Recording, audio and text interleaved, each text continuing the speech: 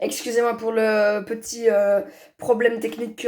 On m'appelait en urgence, donc j'ai dû couper la caméra, donc je m'excuse. Donc on va reprendre ici à la partie, donc je m'excuse infiniment, donc excusez-moi, ça ne se reproduira plus. Donc je disais qu'on reprend aux Allemands, je disais que Manuel Neuer, très très fort aussi dans les buts de l'expérience, Toni Kroos, ainsi que Khedira, des Thomas Müller, Özil, et j'en passe, joue en plus. Je rappelle qu'il joue aujourd'hui, ce soir, contre la France.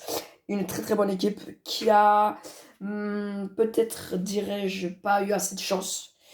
Peut-être manque de talent, je ne pense pas. Peut-être manque de chance, je ne sais pas. Mais quand vous regardez qu'ils sont battus 2-0 par la Corée du Nord, qui sont battus 0 par le Mexique, c'est que ça fait mal en fait. Alors on passe au Mexique avec un certain Ochoa. Dans cette équipe, Raúl Jiménez, Javier Hernandez, Lozano et de très très bons joueurs mexicains. Ensuite, la Suède qui avait sans Ibrahimovic à cette Coupe du Monde 2018. On a quelques bons joueurs. Lindelof qui joue à Manchester United. On a aussi Berg, l'expérience. Donc voilà, ensuite on a quelques Coréens, ça je ne connais pas trop leur nom. Donc les Coréens ont juste fait la surprise de gagner 2-0 contre les Allemands. Donc j'ai regardé le match, c'est deux buts de temps additionnel s'il me semble, deux contre-attaques où Manuel Neuer était en corner, ils ont fait la contre-attaque et ont marqué. Ah oui, il y a aussi Son, ennemi Son de Tottenham. C'est le seul joueur. Ensuite, les Diables Rouges, éliminés par les Français en demi-finale, avec Romelu Lukaku, Eden Hazard, De Bruyne, Vincent Kompany, sa dernière grande Coupe du Monde. Et j'en passe, vraiment très belle équipe belge qui promet pour cette année. Ensuite, la Panama avec Murillo qui joue à Anderlecht. Sinon, il n'y a pas trop de joueurs phares dans cette équipe. Ensuite, les Tunisiens. Tunisiens avec certains Youssef Msakni qui est passé par Eupen.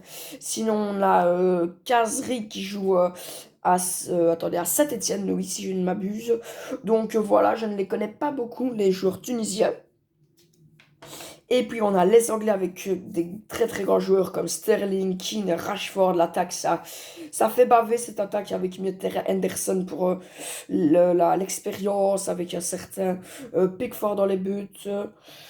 Donc voilà, ensuite on a aussi les Polonais avec Szczesny qui ont joué, les Polonais qui se sont fait surprendre par les Slovaques hier en étant battus 1-2.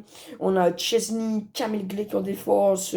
En attaque, on a Lewandowski, Milic, Mieter Krikoviak, Linetis, Ziensliki et j'en passerai. Ensuite on a les Sénégalais avec Moussa Wagué qui passe côté Eupen, Karem Bodji côté d'Anderlecht. On a quelques joueurs qui ont joué dans le championnat belge, sinon on a aussi des Baldé et le joueur star, c'est bien sûr Sadio Mané. Ensuite, on a la Colombie, l'avant-dernière équipe avec Cuadrado de la Juve. On a aussi Zapata de la Sampdoria. On a Falcao. On a Ospina, James Rodriguez. Très belle équipe colombienne. Je regarde qui était passé, battu 0-3 les Polonais et gagné 0-1 contre le Sénégal.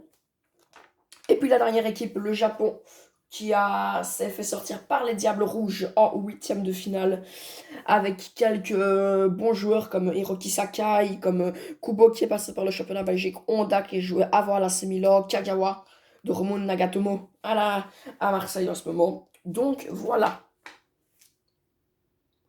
Ensuite, ça, c'est les joueurs, c'est les équipes, comment elles se sont qualifiées. Donc là, on peut voir l'Italie qui n'est pas qualifiée.